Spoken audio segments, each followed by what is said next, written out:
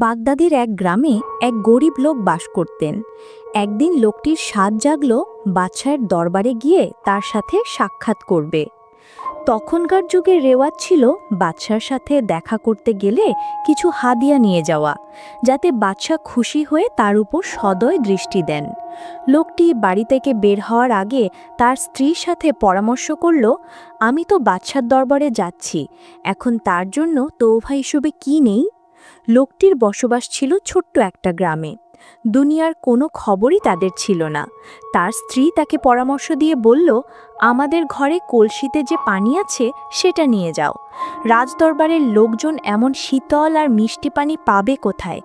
লোকটিও তার স্ত্রীর কথা যৌক্তিক মনে করে ওই পানি নিয়েই রাজদরবারের দিকে রওনা দিল। তখন তো গাড়ি আর প্লেনের যুগ ছিল না। লোকটি পায়ে হেঁটেই কলসি মাথায় নিয়ে রওনা হলো। দীর্ঘ পথ পাড়ি দিতে গিয়ে কলসির উপর ধুলাবালি জমে গেল। ভিতরের পানিও ময়লা আর দুর্গন্ধময় হয়ে গেল। বেচারা গ্রামের অতি সহজ সরল লোক এসব খেয়াল না করেই রাজদরবারে উপস্থিত হয়ে খলিফার সামনে কলসি পেশ করল। খলিফা জানতে চাইলেন, এতে কি আছে? লোকটি বলল, হুজুরের জন্য আমার পুকুরের ঠান্ডা মিঠা পানি এনেছি। ভাবলাম আপনার দরবারে এমন পানি কোথায় পাবেন? দয়া করে এটা কবুল করুন। খলিফা বললেন, আচ্ছা ঢাকনা সরাও তো দেখি। ঢাকনা সরানো হলো, পানি গন্ধ হয়ে গেছে।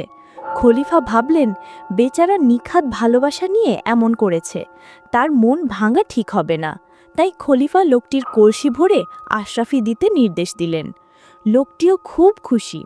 লোকটি যখন রাজদরবার থেকে ফিরে যাওয়ার অনুমতি চাইল, তখন খলিফা এক সিপাহীকে বললেন, তাকে কিছু দূর এগিয়ে দিয়ে এসো, আর শোনো, তাকে দজলা নদীর তীর দিয়ে নিয়ে যাবে।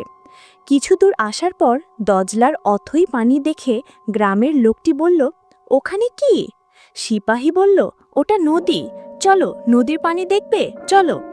নদীর কাছে গিয়ে গ্রাম্য লোকটি নদীর স্বচ্ছ সুন্দর পানি দেখল এবং কিছুটা পানও করল, আর ভাবতে লাগলো, হায়, খলিফার দরবারের কাছে এত সুন্দর পানি, আর আমি তার জন্য ময়লা পানি এনেছিলাম। তাহলে খলিফা আমার পানি গ্রহণ করেছে শুধুমাত্র তার দয়া আর উদারতার খাতিরে। আমার পানির তার কোনো প্রয়োজনই ছিল না। উপরন্তু আমার কলসি ভরে আশরাফি দিয়ে দিলেন। আমাদের ইবাদতগুলিও ঠিক এমনি, যা আল্লাহর কোনো কাজেই আসে না। তিনি আমাদের ইবাদতের মুখাপেক্ষী নন, এবং আমাদের ইবাদতও ওই লোকের কলসির পানির মতো স্বচ্ছ ও নির্ভেজাল নয়, বরং তা দুর্গন্ধযুক্ত। কিন্তু শুধুমাত্র আল্লাহর প্রতি ভালোবাসার কারণে আমরা সেই ইবাদত করে থাকি বলে আল্লাহ আপন দয়ায় তার বদলা দিয়ে থাকেন। আল্লাহ আমাদের সকলকে তার ইবাদত সুন্দরভাবে আমল করার তৌফিক দান করুন। আমিন।